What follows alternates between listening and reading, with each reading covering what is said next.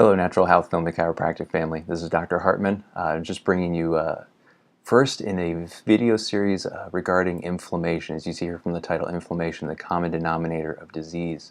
What I want you to take away from some of these short videos is just how inflammation impacts our daily life and how it has an impact on our overall disease processes in our body. You don't have to have a diagnosable inflammatory disease in order to have inflammation in your body, though. So this subject is really for everybody, and I just wanted to bring you some of this information to just help build your health and give better quality of life. So in this first video, we're going to be talking through some main concepts and just an overview of what this presentation series will be all about. So as I was just kind of drafting the idea for putting together this video series, I kind of came up with this kind of summary sentence paragraph here of what I want you to know about inflammation by the time we're done. And that is that inflammation is a very normal and important process of healing, but it can also play a significant role in disease and dysfunction overall in the body. It is commonly an unrecognized piece of a puzzle that is your health. Like I said, contributing to your overall health, your longevity, and your quality of life. In this regard to every individual. So in this video, we'll give just some of the basic concepts and overview of what inflammation is, the process is in the body. And as we understand that, then we'll add in a few pieces.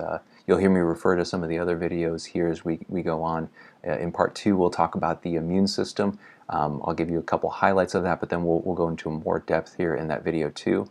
In part 3, we'll talk about autoimmune disease and the part that inflammation in the immune system plays in that role.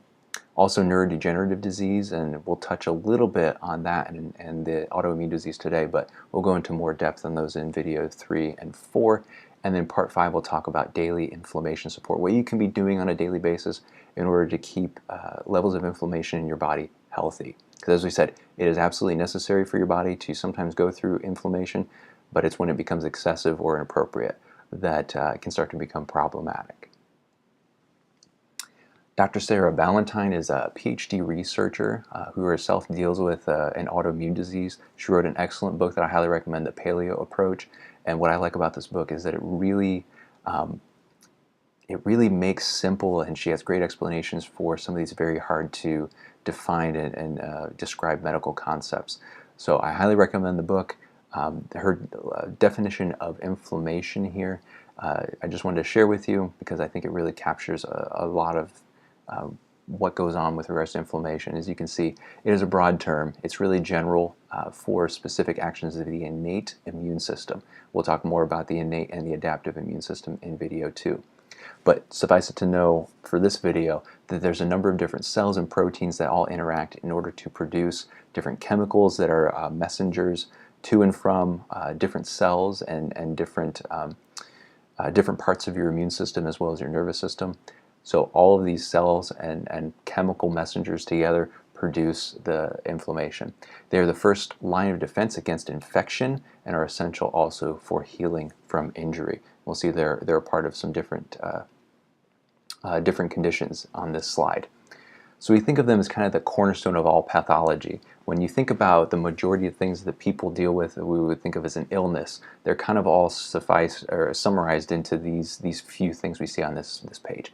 That is, you can be dealing with infections, you can be dealing with injuries, you can be dealing with autoimmune dysregulation within the body, you can be dealing with cancer, you can be dealing with organ-specific or metabolic diseases, and all these things have some connection, if not their whole root, in inflammation. A little note here at the bottom, anytime you see itis at the end of any word, that means that there is inflammation associated with it. So you think about arthritis, it's inflammation of the joints. If you think about pancreatitis, inflammation of the pancreas. So many different medical terms out there that end in itis, and it says this has some foundation in inflammation. You think about a lot of different conditions, it has inflammation in it. So that's why this is, again, so very important for us to know. As we've learned and researched over the years, what we found is that inflammation is really an important part of our immune system, as we'll talk about more in video 2. It is part of the healing process, and we've recognized this the external signs and symptoms of it as far back as 30 BC was when it was first described by Roman physicians. And what they described was redness, swelling, heat, and pain.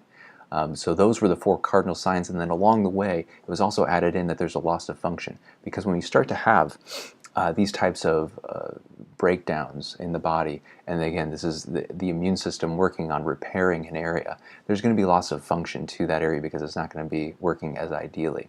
Like we talked about already, your joints, if it's arthritis, your pancreas, if it's pancreatitis, those organs are not going to work, or those joints are not going to work as ideally as they should be if you have inflammation going on. You may ask the question, why is this so important? I hope you're starting to get the idea that this is really tied in and is a part of essentially every disease process to some degree, even if it's not the main cause. As we look through some data here from the CDC website, what this is really showing us is the number of deaths every year that are caused and by what cause. So you can see on the left-hand column here, this is looking back in 1980. On the right-hand column, all of these things over here, this is looking just a couple years ago, 2016. So a couple things that we see, I should say most of the things that we see on these lists, we could say there's a definite inflammatory role. Diseases of the heart, there's a known connection to inflammation, and diseases of the arteries essentially that go to the heart, arteriosclerosis, malignant neoplasms or cancer. Malignancies are well known to have inflammation as part of their disease process. Respiratory disease here, we see at number 4.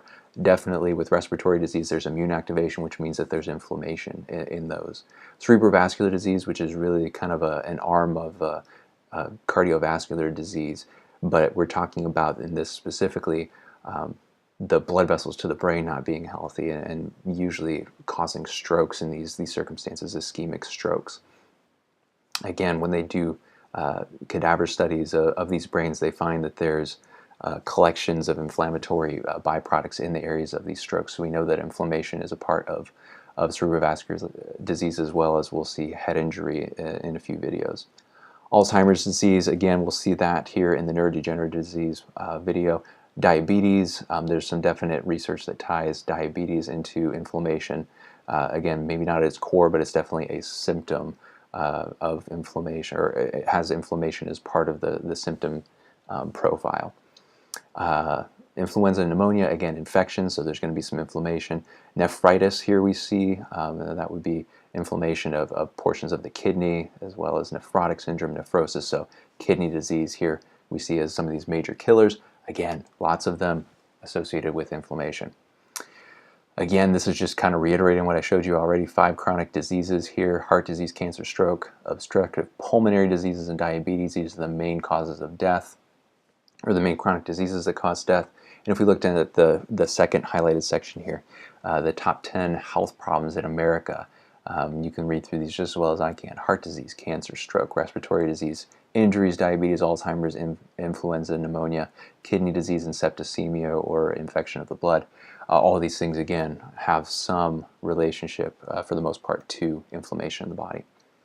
This is a Harvard Health letter from back in 2006, so this is a number of years ago, and we were figuring these things out here well this millennium, and it's just becoming more and more apparent. What we see here at the bottom, the 4 horsemen of medical apocalypse: coronary artery disease, diabetes, cancer, and Alzheimer's may all be riding the same steed here: inflammation. We've known for a while inflammation is a big part of disease, as well as maintaining overall health. I kind of like the verbiage of this. Inflammation is the common soil of the multifactorial diseases. Kind of think of that common soil. Everything can grow essentially out of inflammation. We see down here rheumatic disorders, but also type 2 diabetes, as we talked about on previous slides, cardiovascular, neurodegenerative diseases like Parkinson's, Alzheimer's, dementias, obesity, cancer, asthma, and even the aging process, they believe, is strongly influenced by inflammation and levels of inflammation in the body. Back here, 2008, this is a review in the journal of Nature: origin and physiological roles of inflammation. Para-inflammation, as we see here at the bottom, is probably responsible for the chronic inflammatory conditions that are associated with modern human diseases, those diseases of lifestyle and affluence here in the United States. John Hopkins Health Review from a few years back here, Understanding Inflammation. Again, you see my highlighted part at the bottom here. It has a role in a host of common and often deadly diseases. We see these names keep on popping up: Alzheimer's, arthritis, cancer, diabetes, heart disease, and this one interestingly, and this is something we've been finding out here in recent years, possibly even depression has a foundation in inflammation and neural inflammation, specifically inflammation of the brain. So we see here some not so obvious symptoms of chronic inflammation in the body. These are things like fatigue, skin rash, digestive complaints. Brain fog is one of the most common early signs of having brain inflammation. Joint pains, as we talked about already, with things like arthritis, body aches, depression, anxiety, we just mentioned on the previous slide, as that's becoming more and more well accepted that inflammation plays a role in those conditions. Mood fluctuations, weight gain and obesity, sleep disturbance. I say here at the bottom, probably more. I would say most definitely more things are associated with inflammation. We will be shown in the literature in the coming years. Those are just the things that have been known to be associated with inflammation in the body. So just giving you kind of a wrap up, the big idea here from this first video is that inflammation is a very natural and protective process, but when it is prolonged, it's in excess, or it is inappropriate, it's going to be indicative that there is some underlying dysfunction the immune system is working to correct. And unfortunately, there's probably going to be some sort of a symptom somewhere along the way, maybe not right at the very beginning, but there's going to be some sort of symptom that pops up along the way that's going to be a clue that this is something that could be going on in your body. So I hope this was a good review and overview for you to just kind of get you prepared and ready for the other videos we'll be coming out with. And like I said, I look forward to the very end. You stick with me to the end, and we will talk about the things that we can be doing in order to keep inflammation levels in our body low and trying to keep our bodies happy and healthy for years and years to come.